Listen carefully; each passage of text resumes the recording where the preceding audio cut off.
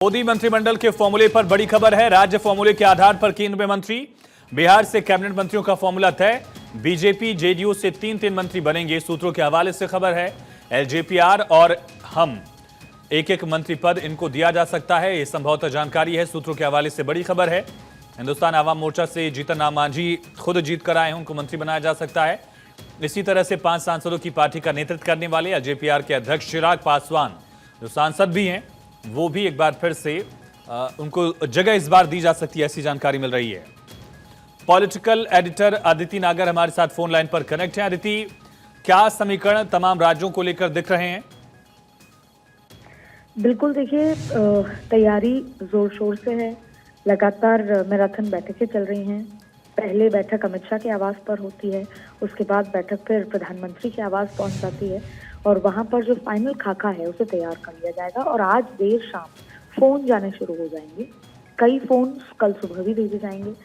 हमेशा ये प्रथा रही है कि जब 2 बार से फुल मैंडेट में बीजेपी की सरकार थी, उस समय बीजेपी प्रधानमंत्री के आवास पर या प्रधानमंत्री चाय पर बुलाते थे। मुझे याद है 2014 में जब सरकार बनी थी, तब गुजरात भवन में बुलाया गया था चाय पर, जिन जिनको शपथ लेनी थी शाम को, और 2019 में 7LKM में बुलाया गया था।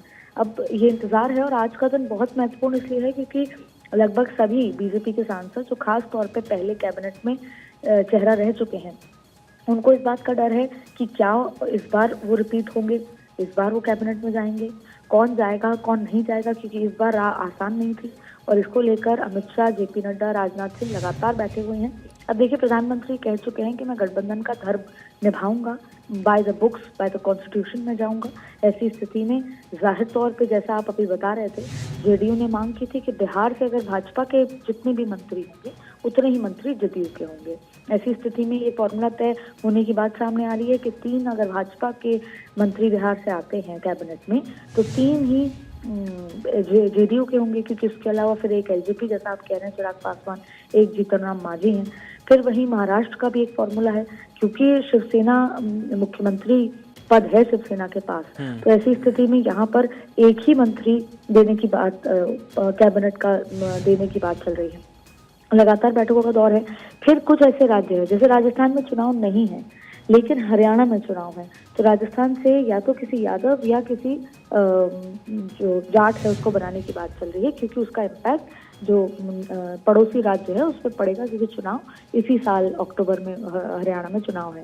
तो जाट राजनीति, यादव राजनीति का इम्पैक्ट वहां पर रहेगा। जिन राज्यों में अगले 1.5 साल में चुनाव है, वहां का रिप्रेजेंटेशन ज्यादा होगा।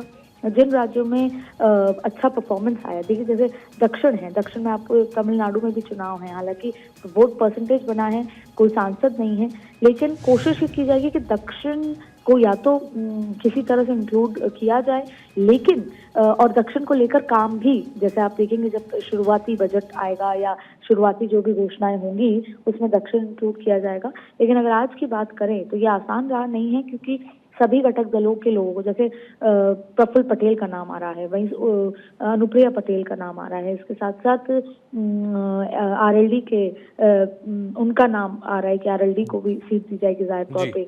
जेडीएस कुमार स्वामी का नाम आ रहा है। तो ये एक बहुत पेचीदगी वाली बात है कि सभी को एक न एक रिप्रेजेंटेशन देना होगा। ऐसी स्थिति में रेशियो क्या होगा, और जाहिर तौर पर ऐसी स्थिति में बीजेपी के चेहरे कम होंगे।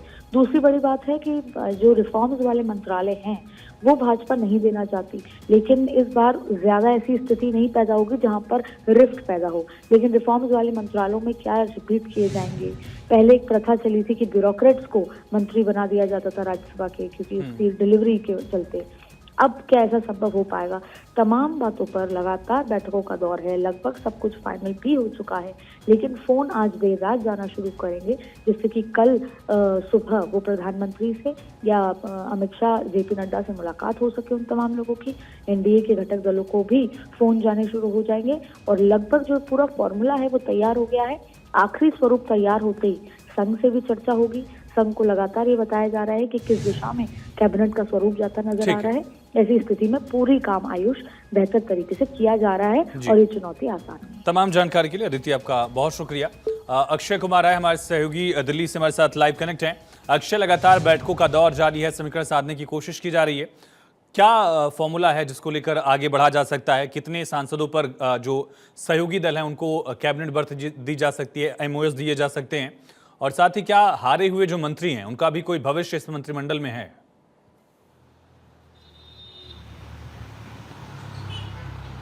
देखिए, हारे हुए मंत्रियों का तो ये इस बार लग रहा है कि बहुत चांसेस कम हैं।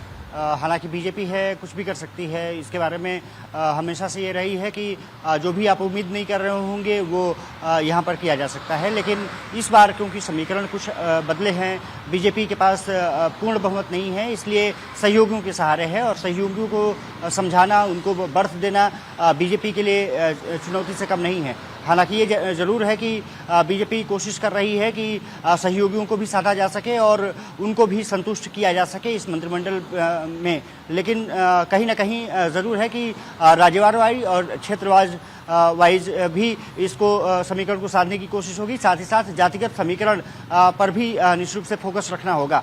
उत्तर प्रदेश की बात करें तो वहाँ पर क्योंकि बीजेपी ने बहुत अच्छा प्रदर्शन नहीं किया है, अधिकतर मंत्री हारे हैं, तो वहाँ पर भी मंत्रियों की संख्या ठीक ठाक तो होगी, लेकिन नए चेहरों को ज़्यादा तरजीह देने की बात कही जा रही है। खास करके जो सहयोगी दल है, अनुप्रिया पटेल, ये माना जा रहा है उनका बर्थ तो क्लियर ही एनडीए की तरफ से, जबकि जयंत चौधरी को भी मौका मिल सकता है मंत्रिमंडल में, जिसकी खबरें आ रही हैं, ताकि जाट समुदाय को भी प्रतिनिधित्व मिल सके। इसके अलावा अशोक रावत का नाम चर्चा में है, राजनाथ सिंह कैबिनेट मंत्री निश्चित रूप से बनेंगे। इसके अलावा अगर देखा जाए तो जितिन प्रसाद जो पीडब्ल्यूडी मंत्री हैं, अनूप वाल्मीकि जो मंत्री हैं उत्तर प्रदेश सरकार में, उनको यहाँ पर मंत्री बनाया जा सकता है। देखना दिलचस्प होगा कैबिनेट मंत्री कितने यूपी से आते हैं और एमएलए कितने आते हैं। यूपी को लेकर एक सवाल, राजस्थान हो, हरियाणा हो, अभी संभावित लिस्ट में नहीं दिख रहा है, क्या कारण? क्योंकि जातीय समीकरण के लिहाज से एक दलित चेहरा है और वोकल चेहरा है, खास करके इस आगरा बेल्ट में भी उनका नाम बड़ा है। इसके बावजूद संभावितों की लिस्ट में उनका नाम क्यों नहीं चल रहा अभी तक?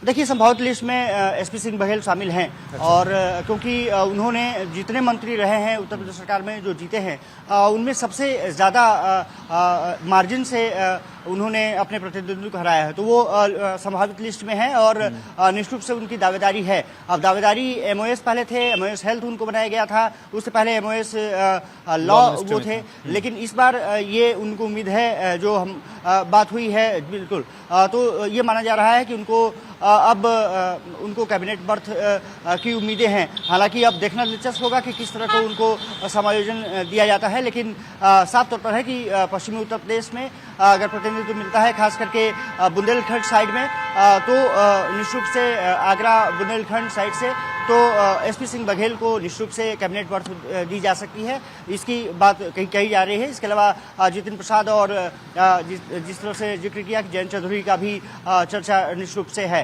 इसके अलावा अगर बात करें तो हरियाणा से ये बताया जा रहा है कि मनोहर लाल खट्टर को जिम्मेदारी दी जा सकती है, उनको मंत्री बनाया जा सकता है, क्योंकि करनाल से वो जीते हैं। और शिवराज सिंह चौहान मध्य प्रदेश में एक बड़ी जीत उन्होंने हासिल की है, उनका नाम चर्चा में है। बीडी शर्मा जो प्रदेश अध्यक्ष रहे हैं, उनका नाम इस लिस्ट में चर्चा में है, संभावितों की लिस्ट में है।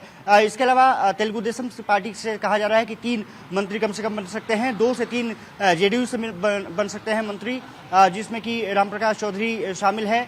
इसके अलावा एन रविंद्रन का नाम चर्चा में सामने आ रहा है। तो ये कहा जा रहा है कि एनडीए सहयोगियों के साथ साथ बीजेपी एक बड़ा मंत्रिमंडल का निश्चित रूप से विस्तार करने जा रही है। और इसमें ये माना जा सकता है कि क्योंकि बीजेपी के पास ज़्यादा सीटें हैं, 240 सीटें हैं, उनको ज़्यादा तवज्जो निश्चित रूप से मिली है, और जो बड़े मंत्रालय हैं बीजेपी चाहती है कि उनके पास रखा जाए। ये माना जा रहा है कि लगभग जो बड़े मंत्रालय हैं वो बीजेपी के पास होंगे। दूसरी बात यह है कि कुछ मंत्रालयों पर टीडीपी और जेडीयू की भी निगाहें हैं, उन्होंने अपनी मांगें रखी हैं, और इसीलिए चर्चाओं का दौर आज प्रधानमंत्री नरेंद्र मोदी के साथ जेपी नड्डा और अमित शाह ने की, और उसके बाद अमित शाह के निवास पर जेपी नड्डा की मैराथन बैठक लगभग 4 घंटे चली। साफ तौर पर है कि अब कुछ देर बाद कहा जा रहा है कि शाम 6-7 बजे के आसपास प्रधानमंत्री नरेंद्र मोदी के साथ एक बार फिर से जेपी नड्डा और अमित शाह बैठेंगे, और उसके बाद लिस्ट को लगभग फाइनल कर लिया जाएगा, क्योंकि सभी नेताओं से बातचीत हो चुकी है, मोटा मोटा सब कुछ